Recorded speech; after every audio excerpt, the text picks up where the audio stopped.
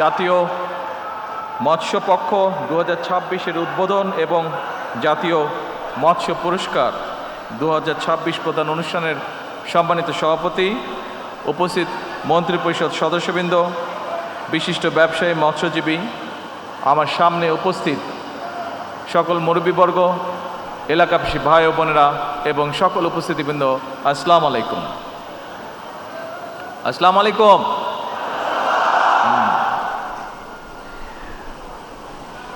সম্মানিত উপস্থিতিবৃন্দ, দেশে মৎস্য উৎপাদন বৃদ্ধি, মৎস্য উৎপাদন সংক্রান্ত উদ্ভাবনী প্রযুক্তির ব্যবহার, গবেষণা প্রশিক্ষণ, জীববৈচিত্র্য সংরক্ষণ, মৎস্য রফতানি সম্প্রসারণ, মৎস্য খাতে কর্মসংস্থান সৃষ্টি এবং টেকসই মৎস্য উন্নয়নের অবদান রাখার স্বীকৃতি স্বরূপ আজ যেসব ব্যক্তি, সংগঠন ও প্রতিষ্ঠান জাতীয় মৎস্য পদক পেলেন, আমি শুরুতেই আপনাদেরকে জানাই আন্তরিক অভিনন্দন।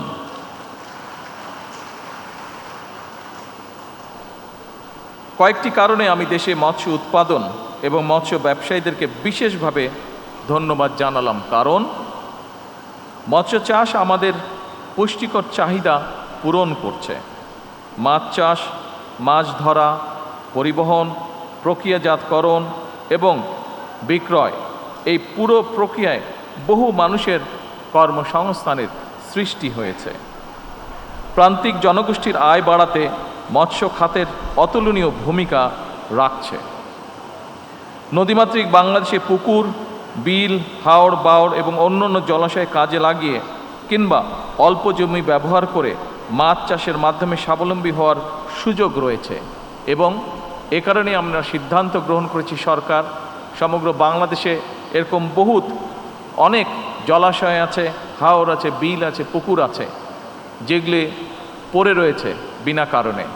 আমরা সিদ্ধান্ত করেছি এগুলোকে সংস্কার করার মাধ্যমে সরকারের পক্ষ থেকে আমরা এগুলোতে মাছের পোনা ছাড়তে চাই এবং যেই পুকুরগুলো বা যেই হাওর বিলগুলো যেই এলাকায়, যে জলাশয়গুলো যে এলাকায় হবে, সেই এলাকার তরুণ যারা আছেন তাদের মধ্যে সুন্দরভাবে আমরা এটা বন্টন করতে চাই, যাতে করে কর্মসংস্থানের ব্যবস্থা হয় তাদের। এ ব্যাপারে এরই ভিতরে আমি মৎস্য মন্ত্রণালয়ের দায়িত্ব নিয়োজিত আমাদের টুকুকে এর মধ্যে নির্দেশনা দেওয়া হয়েছে। প্রিয় উপস্থিতিবৃন্দ, সর্বোপরি চিংড়ি সহ বিভিন্ন মাছ ও মৎস্যজাত পণ্য বিদেশে রফতানি করে প্রচুর পরিমাণে বৈদেশিক মুদ্রা বাংলাদেশ অর্জন করছে। 2025-26 অর্থ বছরে বিশ্বের প্রায় 52টি দেশে মৎস্য এবং মৎস্যজাত পণ্য রফতানি করে বাংলাদেশ 6,000 কোটি টাকার বেশি সমমূল্যের বৈদেশিক মুদ্রা অর্জন করেছে এবং এর কৃতিত্ব আমি মনে করি এখানে যে সকল উদ্যোক্তা আছেন যারা আজকে পুরস্কৃত হয়েছেন, যে সকল ব্যবসায়ী আছেন, যে সকল মৎস্য কৃষক আছেন সহ এই খাতে যারা সম্পৃক্ত প্রত্যেকটি মানুষ এটার এই ক্রেডিটের দাবিদার। প্রত্যেককে আমি জানাই আন্তরিকভাবে ধন্যবাদ। এবং এ কারণেই বর্তমানে সারা বিশ্বের কাছে এশিয়ার দেশগুলো ক্রমেই মিঠা পানির মাছ উৎপাদনের কেন্দ্রে পরিণত হতে চলেছে এবং এই ক্ষেত্রে বাংলাদেশের সম্ভাবনা অত্যন্ত উজ্জ্বল। আপনারা জানলে খুশি হবেন, গত জুন মাসে জাতিসংঘের খাদ্য ও কৃষি সংস্থা FAO প্রকাশিত একটি রিপোর্টে বলা হয়েছে, মাছসহ জলজ প্রাণী উৎপাদনের ক্ষেত্রে বিশ্বে বাংলাদেশের অবস্থান পঞ্চম। তবে বিশ্বে আভ্যন্তরীণ জলাশয় থেকে মাছ আহরণে বাংলাদেশের অবস্থান দ্বিতীয়। অর্থাৎ বিশ্বের সব রকমের পরিসংখ্যানেই দেখা যায় মৎস্য চাষ কিংবা মৎস্য আহরণে বিশ্বে বাংলাদেশের সম্ভাবনা অত্যন্ত উজ্জ্বল।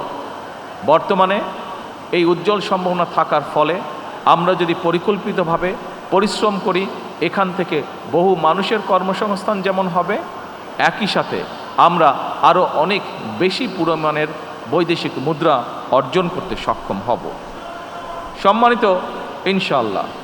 সম্মানিত উপস্থিতিবৃন্দ, আপনারা যারা মৎস্য উৎপাদন এবং বিতরণের সঙ্গে সংশ্লিষ্ট নিঃসন্দেহে আপনারা জানেন, মৎস্য অধিদপ্তরের উদ্যোগে খুলনা অঞ্চলে ৩০০টি ক্লাস্টার গঠন করে ক্লাস্টার ভিত্তিক চিংড়ি চাষ উন্নয়নের মাধ্যমে ইতিমধ্যে ৭৫০০ ঘেরে উৎপাদন গড়ে দ্বিগুণেরও বেশি বৃদ্ধি পেয়েছে।